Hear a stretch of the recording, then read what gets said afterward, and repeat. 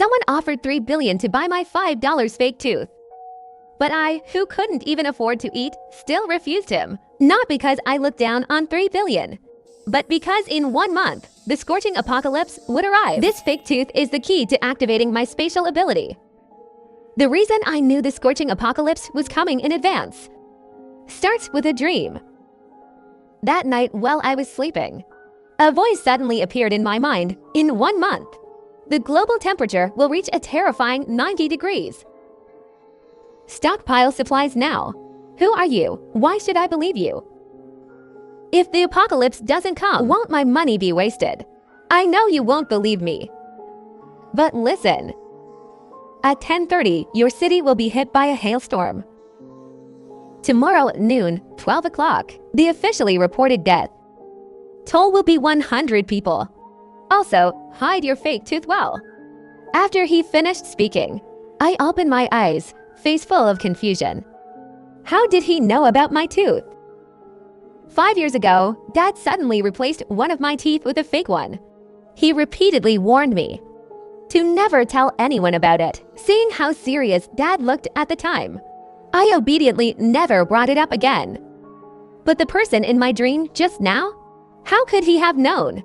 No time to overthink. I grabbed my phone and was horrified to discover the city's official account had posted, "Massive hailstorm hit our city at 10:30. All residents please stay indoors and do not go outside."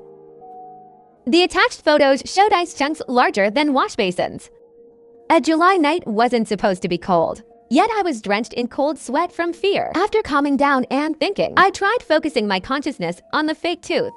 After a very long time, a blank space emerged in my mind. This space was enormous, as large as dozens of football fields. After experimenting, I concluded time inside the space was frozen. I could stay inside for a year or more, and no time would pass outside. Truly an incredible apocalypse opportunity. Now I completely believed the warning from that person in my dream. The first priority was stockpiling supplies. So I borrowed $300 million online to stockpile supplies. The apocalypse was coming. No one would ever come to collect debts. Borrow as much as possible. Then I first went and picked up a car before starting my shopping spree. Because there was too much to buy, I decided to just buy out an entire large supermarket. I told the supermarket owner to have everything packed up before August 20th. Money was no issue. Just make sure the quality is good. After buying out this supermarket, I went to a restaurant and ordered 500 servings of their signature dishes. Once I found a secluded spot, I stored it all in the space. After all, time was frozen in the storage space. Food could sit for 100 years and never spoil. Next, I drove back to my hometown, planning to sell the house my parents left behind. I used the space to quickly empty the house. Then found an agent and asked them to sell it as fast as possible. A lower price was fine, because I still needed to buy a lot more things. So I also found another agent to help me rent a villa and a rural warehouse. With 24 days left until the apocalypse, I moved into the villa. In the car, I started writing a supply checklist. Food category, fruits, vegetables, meat, eggs, pre-packed meals. Medical category, common equipment and medicine. Vitamins, daily necessities, bottled water. Clothing, a full set of furniture, electronics, phones. Power banks, tablets. Drones, various appliances. Various generators, outdoor equipment, walkie-talkies. Binoculars, compasses. Tents, sleeping bags, lighters, flashlights. Portable stoves, etc. Additionally, I needed to order large quantities of water storage bags. After the apocalypse, daily water would inevitably have some problems. I could start storing water from now. After completing the supply list, I went to a large shopping plaza in the city and went on a shopping frenzy. Appliances, furniture, clothing, all purchased in one go because of the large quantity. The merchants even offered free delivery.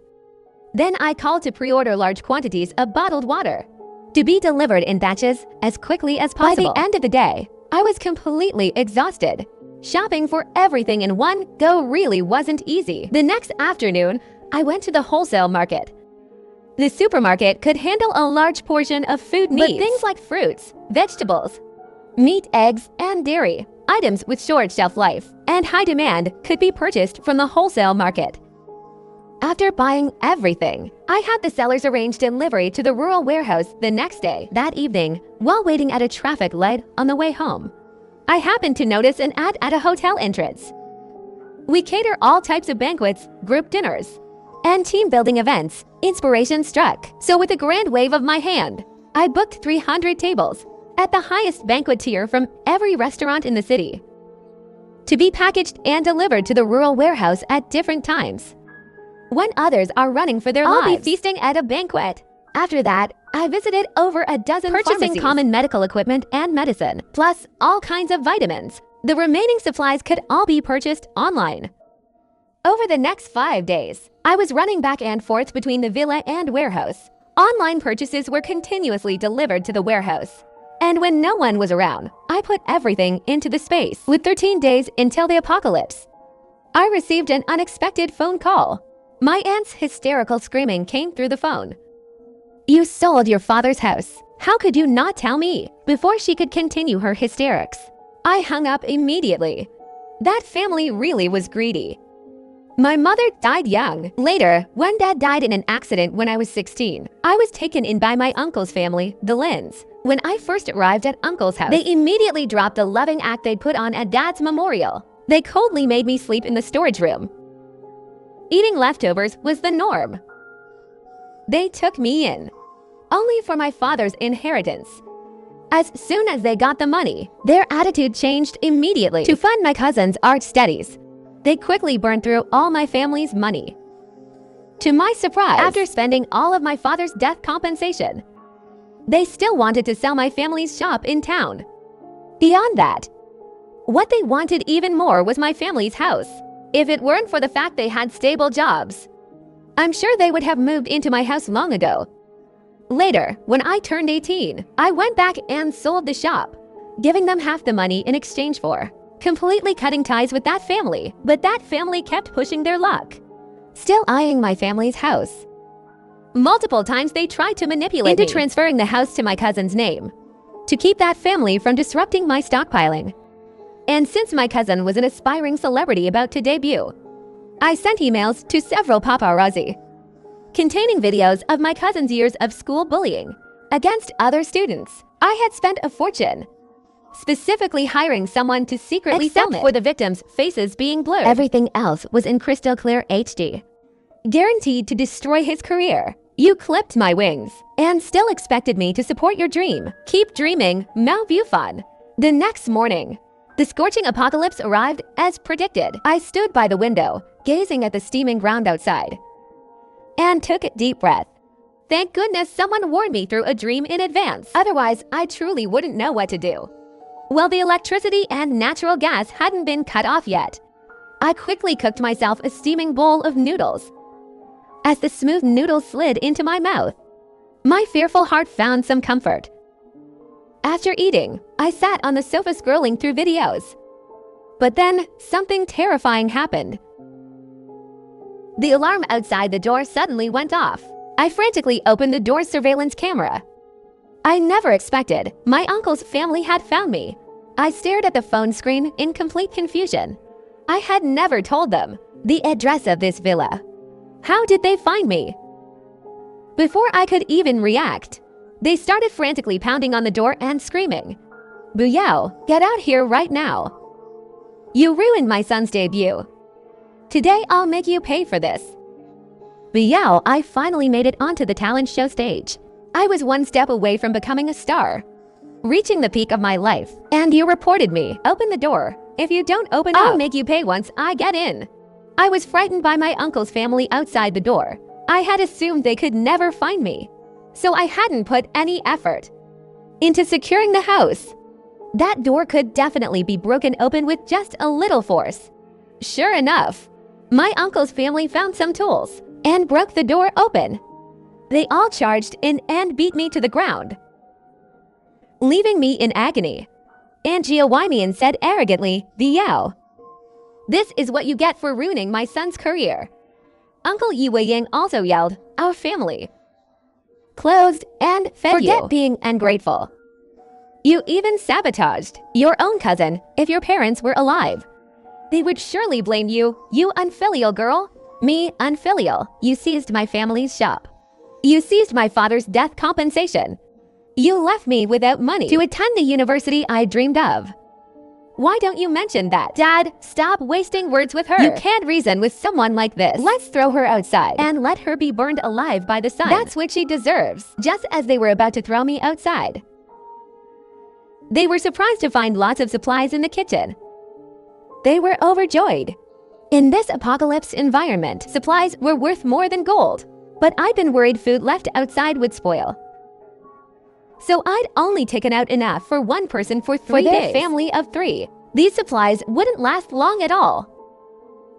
So my cousin Mount Bufon said to me in a fawning tone, "My dear cousin, we're family after all. Family should help each other and survive this terrifying scorching apocalypse together." As soon as Mao Bufon finished, Geowymian, seeing my expression unchanged, immediately jumped in. "You hid from us and ran to this house. You definitely have more supplies than just this. If you hand over all your supplies, our family will let you off the hook. What do you say?" I indeed had far more supplies than this, but I wasn't stupid. If I gave them all my supplies, they definitely wouldn't spare me. I can guarantee you'll eat well every day in exchange for sparing my life. If you don't agree, then go ahead and throw me outside. Seeing my attitude was so firm, and given that finding food in the apocalypse was nearly impossible, they didn't want a mutual destruction situation, so they agreed to my terms. After the negotiation ended, I asked them with a puzzled face, "I clearly ran so far away. How did you find me?" Seeing my confusion, Geowymian mocked me. "That phone I bought you before. I installed a tracking system on it. I was afraid you'd run away, and then we'd never get your family's shop and house." Only then did it dawn on me. I'd been outplayed. I sighed. The old fox really was craftier. After everything was settled, they ordered me to cook in the kitchen. I originally wanted to poison their food and send them to hell. But no, wasting such good food on them wouldn't be worth it. I thought of a better plan. After dinner, I went back to my room and started flaunting tonight's dinner in the Villa neighborhood group chat. Eating 20 gin of lobster during the apocalypse. Life is truly wonderful. The moment I posted that, the group exploded. In this critical period, whoever had food would hide it, not daring to draw attention, because no one dared to bet against the evil in human nature and what people might do. The reason I was flaunting my food was to draw hatred in the group, to stir up the worst evil in people's hearts, to make them come to my door and use their hands to completely destroy my uncle's family. Sure enough, right after I finished showing off, a flood of people begged me to share some food. "Please, Miss Boo, our family has nothing left to eat. If we don't eat soon, we'll die. We're all neighbors here. In times of crisis, we should help each other." Exactly. Posting those photos means you definitely have plenty of food. Just share some with everyone. Yeah. We'll be grateful to you in our hearts. Watching them all sing the same tune made me want to laugh. To provoke everyone's rage, I sent a voice message in reply. "What does your life or death have to do with me? These supplies are mine, earned through my own abilities. Want food? Go find it yourself. I'm not your parents. I have no obligation to take care of you." The moment I said that, I completely infuriated everyone in the group. How can you talk like that? We're all neighbors. What's wrong with helping each other out? Refusing to help people in need. Someone like you will go straight to hell when you die. We were being polite just now because we're neighbors. Don't think we're easy to push around, since you're so heartless. Tomorrow I'll bring my boys and personally come get those supplies. Seeing that I had thoroughly enraged them, I added more fuel to the fire. I said, "Just you lot. If you dare come, I'll make sure none of you leave alive." After saying that, I turned off my phone, thinking about what would happen tomorrow. I couldn't suppress the smile on my face. Sure enough, As expected, a mob was pounding on the door first thing in the morning. And by this time, I had already hidden inside the spatial dimension, watching the show unfold through the surveillance cameras. A group of savage men broke through the door and pinned my uncle's family to the ground. Weren't you all so arrogant last night? Keep talking tough now. Everyone, please. What is going on? Gentlemen, isn't there some kind of misunderstanding? Misunderstanding? You call this a misunderstanding? Then they showed last night's chat records with me to Mao Bufon. The moment Mao Bufon saw it was my name, he frantically shouted, "Everyone, listen. Our family didn't send those messages. It was my wretched cousin who sent them. I'm telling you, she has tons of hidden supplies. You can take all her supplies. And she's pretty too. She's sleeping in her room. Hurry in and grab her. She's yours too. Just please spare our family." Hearing Mao Bufon say this, I was seething with rage, but I knew he wouldn't live much longer. So there was no need to be angry, because they would never find me. And if they couldn't find me, they'd think Mao Bufon was lying and would surely take out their fury on his family. Sure enough, they entered my room with lecherous looks, then stormed out furiously. "You actually dared to lie to us. None of your family is getting out alive. Take all the supplies. Please, we beg you, spare our family." They looked at Geowymian's pitiful, pleading appearance and got inappropriate ideas about her. This woman's a bit older, but she still has some looks. How about we take her with us? The others all agreed with this idea. Mao Bufon, seeing this as his lifeline, desperately said, "Yes, yes, yes. Take her away. Mom, for my sake, just go with them. Honey, for the sake of our years of marriage. Save my life." Geowymian, hearing such heartless words from her son and husband, felt completely crushed. Then she said furiously, "I'll give you even more supplies, and I'll willingly go with you. But please, help me deal with those two." So Geowymian told them that hidden in a crevice in the room were 3 boxes of instant noodles the family had stashed. These men, seeing all the supplies they'd scored, plus a woman, were thrilled beyond measure. So they honored Geowymian's request and threw Mao Bufon and Yu Weiyang off the building. Then they left with the supplies and Geowymian. Watching my revenge fulfilled, I was overjoyed. I then turned off my phone, looked up thinking of my parents far away, and smiled happily.